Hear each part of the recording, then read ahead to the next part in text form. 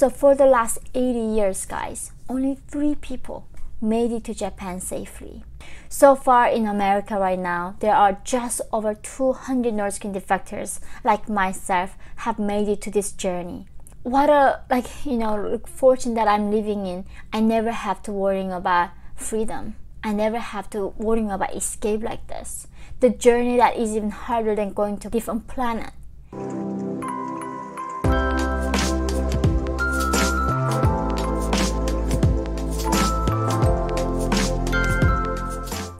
Hi everyone, welcome to my channel. My name is Yeonmi Park and I'm a North Korean defector human rights activist. So guys, today in this video, I am going to talk about 7 different ways to escape from North Korea, and also finally explain why is it so difficult to escape from that country. Most of people actually do know that it's really hard to escape from North Korea, but they don't really know what makes it that difficult.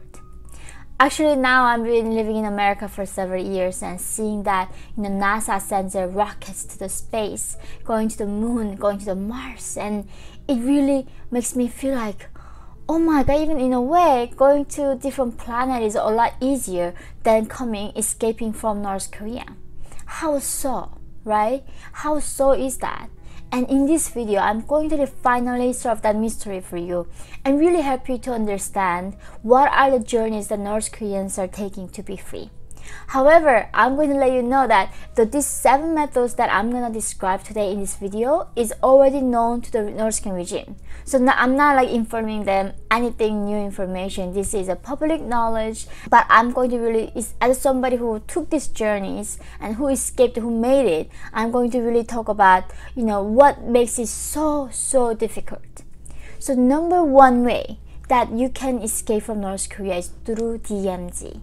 So everybody knows North Korea has a border with South Korea. It was one country before. When they were split, there was a DMZ in between them. And this is a most heavily militarized zone in the world. You cannot even imagine. There are millions of landmines are buried in this tiny space. And there are millions of soldiers actually guarding this DMZ.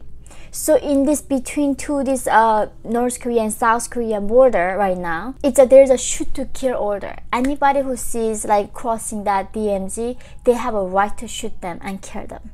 So if they don't get killed by the soldiers, the landmine is gonna blow up. They can even attacked by the wild fences that have electricity flowing by. Therefore, it's really impossible to escape through DMZ. However, in 2017, there was this brave North Korean soldier. His name Oh Chung-sung, and who I also know personally. He crossed the DMZ. He drove the car all the way near the border, and he ran across DMZ. And while during that journey, he got shot 5 times by North Korean guards, and he lost his half of blood. Miraculously, he was rescued by South Korean soldiers, and now he's residing in South Korea as a free person finally. The second way that North Korean can escape from that country is through swimming to South Korea. As I said, North Korea is a peninsula. Upwards is China and Russia, and both east and the west sides are the ocean. And below is the South Korea, and there's a DMZ. So they are really completely locked within these countries. And therefore, they can easily, in a way not that easy, but they can swim across from North Korea to South Korea. And the best condition is if they get a boat, they can do that. However, nobody can afford a boat, and they're not allowed to buy a boat. And also, even if they have a boat, the North Korean regime do not give them a permission to drive their boat and go in the ocean. So there was actually a father and son in North Korea who are defectors. They planned this escape by swimming from North Korea to South Korea. And they did this in the middle of winter, in this freezing time. They swam using a little tire, and then used that. Eventually the tire got broke. They actually literally had to swim to South Korea, and miraculously they survived. However, this is if you are not trained as a swimmer, and it's just really risky journey that only few people have made it successfully, and really nobody would dare to try. And also, if you want to try to swim to South Korea, they have to be geographically close to South Korea, and North Koreans don't have freedom of movement. So people like me who are living in the northern border would never dare or dream of going to inner North Korea and make that journey. Number 3, escaping to Japan. So again, North Korea and there's Japan, and there's a big ocean, and North Koreans cannot get a boat, and they don't have anything way of, they don't get a passport. The only way they can make it to Japan is getting a boat illegally, or sometimes they are the fishermen that was authorized by the regime, and they do detour. Only this is a very difficult journey. There's a lot of typhoons. The journey to Japan from North Korea is very hard. So for the last 80 years, guys, only 3 people made it to Japan safely.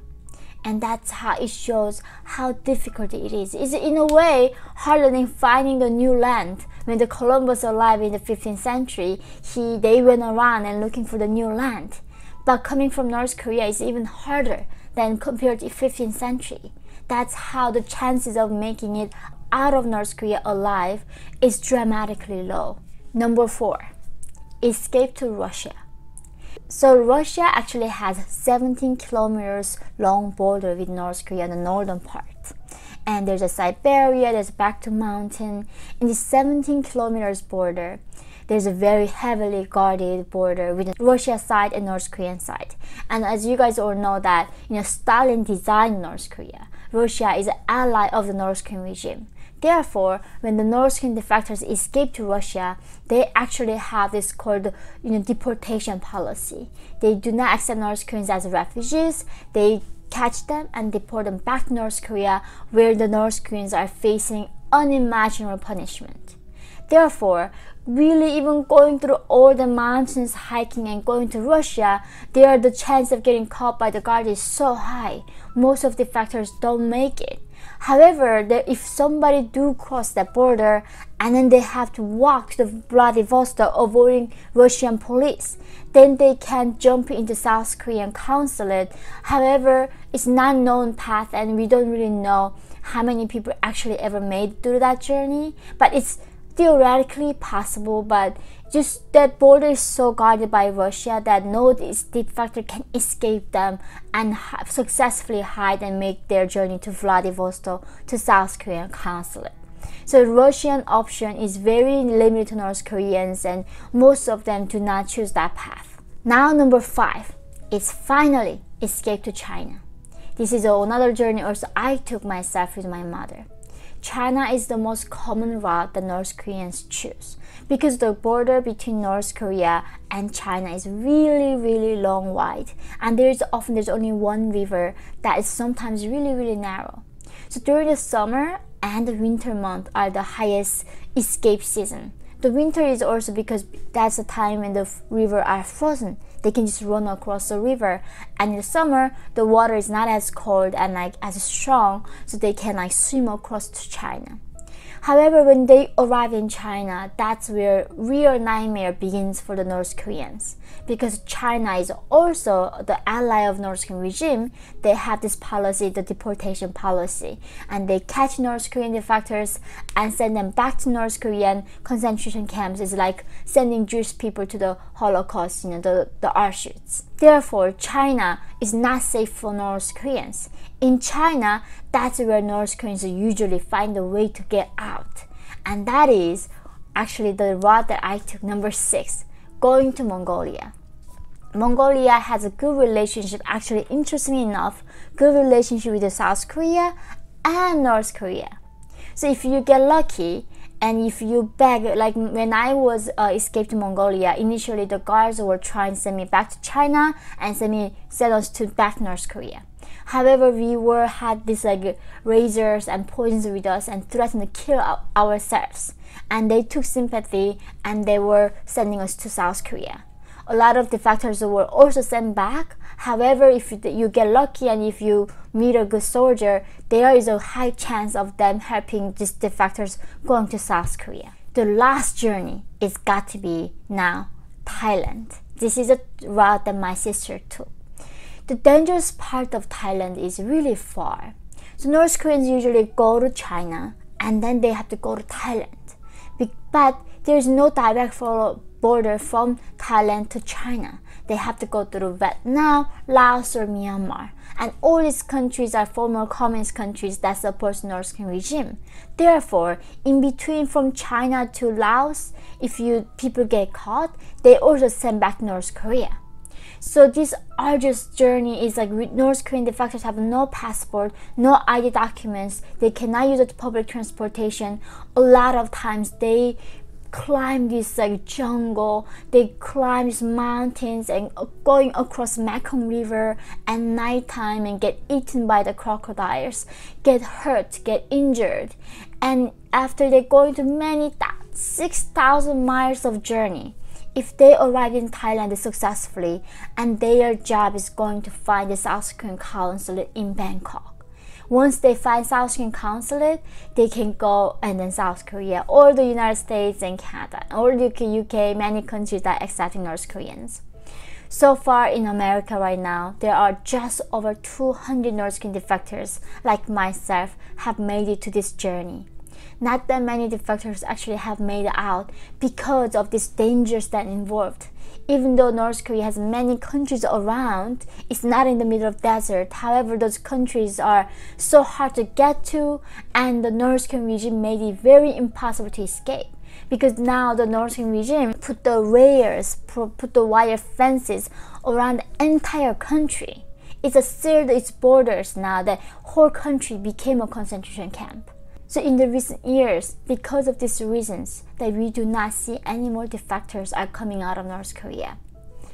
I think really I want to take this moment to really just like remind us that even this morning I was like drying my hair, I was thinking, what a fortune that I'm living in. I never have to worry about freedom. I never have to worry about escape like this. The journey that is even harder than going to different planet. That is a really truly journey that North Koreans are taking to be free. So I hope that you are grateful for freedom like as much as I am, and I'm looking forward to seeing you guys all in the next video. Please hit that like button and support me on my Patreon. Love you guys.